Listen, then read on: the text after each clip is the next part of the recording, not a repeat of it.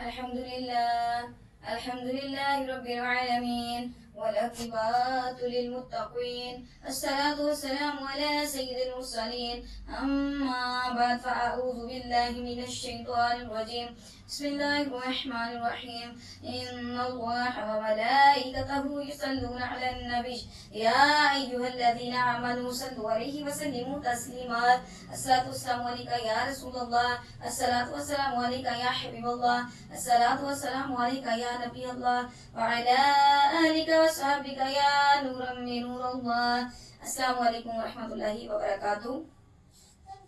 جیسا کہ الحمدللہ ہم رمضان المبارک کے پارٹ نمبر 8 پیش کر چکے ہیں، تو آج الحمدللہ ہم پارٹ نمبر 9 پیش کریں گے۔ تو ہم رمضان المبارک کے بارے میں جو بیان کر رہے ہیں، جہاں سے کل ہم نے چھوڑا تھا وہیں سے آج ہم کنٹینیو کریں گے۔ تو ہماری ویڈیو کو لائک کریں، شیئر کریں، کمنٹ کریں اور سبسکرائب کریں، بیل کے بٹن کو بھی دبا لیجیے تاکہ آنے والی ہر ویڈیو آپ تک پہنچتی رہے۔ تو آئیے ہم پارٹ نمبر 9 کا آغاز کرتے ہیں۔ چھٹی چیز جس کا لحاظ روزے دار کے لیے ضروری فرماتے ہیں یہ ہے کہ روزے کے بعد اس سے ڈرتے رہنا بھی ضروری ہے کہ نامعلوم یہ روزہ قابل قبول ہے یا نہیں، اور اسی طرح ہر عبادت کے ختم پر کہ نامعلوم کے کوئی لغزش جس کی طرف التفاف تبین نہیں ہوتا، ایسی تو نہیں ہوگی جس کی وجہ سے یہ منہ پر مار دیا جائے۔ نبی کریم صلی اللہ علیہ وسلم نے ارشاد فرمایا کہ بہت سے قرآن پاک پڑھنے والے ہیں اور قرآن پاک ان کو لعنت کرتا رہتا ہے۔ نبی کریم صلی اللہ علیہ وسلم کا ارشاد ہے کہ قیامت میں جن لوگوں کا اولین واہلہ میں فیصلہ ہوگا، ان کے منزلمہ میں ایک شہید ہوگا جس کو بلایا جائے گا، اور اللہ کے جو انعام دینا اس پر ہوئے ہوں گے وہ ان کو جتائی جائیں گے۔ وہ ان سب نعمتوں کا اقرار کرے گا، اس کے بعد اسے پوچھا جائے گا کہ ان نعمتوں میں کیا حق ادا کیے۔ وہ عرض کیا کرے گا کہ تیرے راستے پر قتال کیا حتیٰ کہ شہید ہو گیا۔ ارشاد ہوگا جھوٹ، بلکہ قتال اس لیے کیا گیا تھا کہ لوگ مجھے بہادر کہیں گے، سو کہہ چکا۔ اس کے بعد حکم ہوگا اور منہ کے بال کھینچ کر جہنم میں پھینک دیا جائے گا۔ ایسے ہی ایک عالم بلایا جائے گا، اس کو بھی اس طرح سے اللہ کے انعامات جتلائے جائیں گے، پوچھے جائیں گے کہ ان انعامات کے بدلے میں کیا کارگزاری۔ وہ عرض کرے گا کہ علم سیکھا اور دوسروں کو سکھایا اور تیری رضا کی خاطر تلاوت کی۔ ارشاد ہوگا کہ جھوٹ ہے، یہ اس لیے کیا گیا تھا کہ لوگ علامہ کہیں سو کہا جا چکا ہے۔ اس کو بھی حکم ہوگا اور منہ کے بل کھینچ کر جہنم میں پھینک دیا جائے گا۔ اسی طرح ایک دولت مند بنایا جائے گا، اس سے انعامات الہی شمار کرانے اور قرار لینے کے بعد پوچھا جائے گا کہ اللہ کی ان نعمتوں میں کیا عمل کیا۔ وہ کہے گا کہ کوئی خیر کا راستہ ایسا نہیں چھوڑا جس میں میں نے کچھ خرچ نہ کیا ہوا۔ ارشاد ہوگا کہ جھوٹ ہے، یہ اس لیے کیا گیا تھا کہ لوگ تجھے سخی کہیں، سو کہا جا چکا۔ اس کو بھی حکم ہوگا کہ منہ کے بل کھینچ کر جہنم میں پھینک دیا جائے گا۔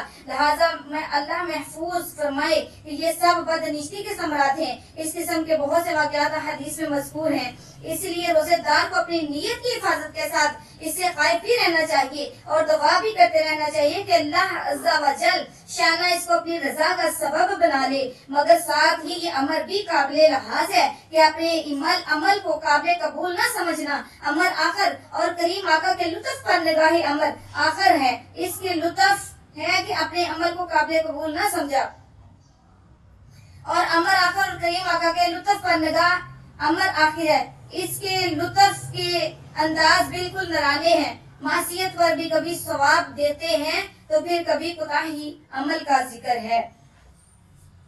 یہ 6 چیزیں عام صلحاء کے لیے ضروری بتلائی جاتی ہیں، حوضے اور مقربین کے لیے اس کے ساتھ ایک 7ویں چیز کا بھی اضافہ فرماتے ہیں کہ دل کو اللہ کے سوا کسی کی طرف بھی متوجہ نہ ہونے دیں، حتیٰ کہ روزے کی حالت میں اس کا خیال اور تدبیر کو افطار کے لیے کوئی چیز ہے یا نہیں یہ بھی خطا فرمائے۔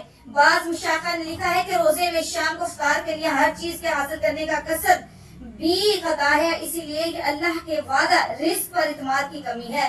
شرح احیاء میں بعض شائخہ قصہ لکھتے ہیں کہ افطار کے وقت سے پہلے کوئی چیز کہیں سے آ جاتی تھی تو اس کو کسی دوسرے کو دے دیتے تھے، مباد اول اس کی طرف التفات ہو جائے اور توکل میں کسی قسم کی کمی ہو جائے، مگر یہ بڑے لوگوں کے لیے ہیں۔ ہم لوگوں کو ان امور کی ہوس کرنا بھی بے محل ہے، اور اس حالت میں پہنچے بغیر اس کو اختیار کرنا اپنے کو ہلاکت میں ڈالنا ہے۔ مفسرین نے لکھا ہے کہ کتب علیکم الصیام میں آدمی کے ہر جوس پر روزے فرض کیا گیا ہے۔ پس زبان کا روزہ جھوٹ وغیرہ سے بچنا اور کان کا روزہ ناجائز چیزوں سے کے سننے سے احترام کرنا۔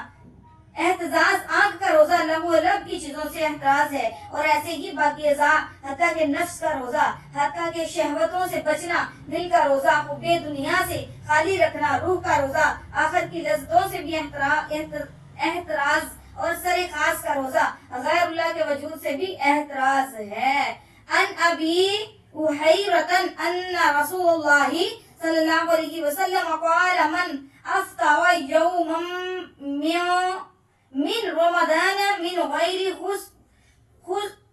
رخصت ولا مرض لم بقه صوم الدهر كله وان صومه۔ نبی کریم صلی اللہ علیہ وسلم کا ارشاد ہے کہ جو شخص قصدن بلا کسی شرعی عذر کے ایک بھی دن رمضان کا روزے کو افطار کر دے، اگر رمضان کا روزہ چاہے تمام عمر کے روزے رکھے، اس کا بدلہ نہیں ہو سکتا۔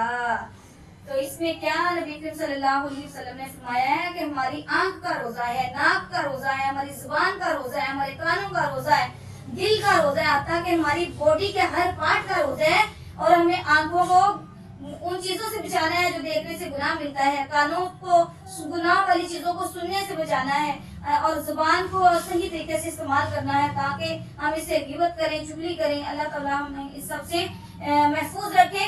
تو سب کو سن کر عمل کرنے کی توفیق عطا فرمائے۔ السلام علیکم ورحمۃ اللہ وبرکاتہ۔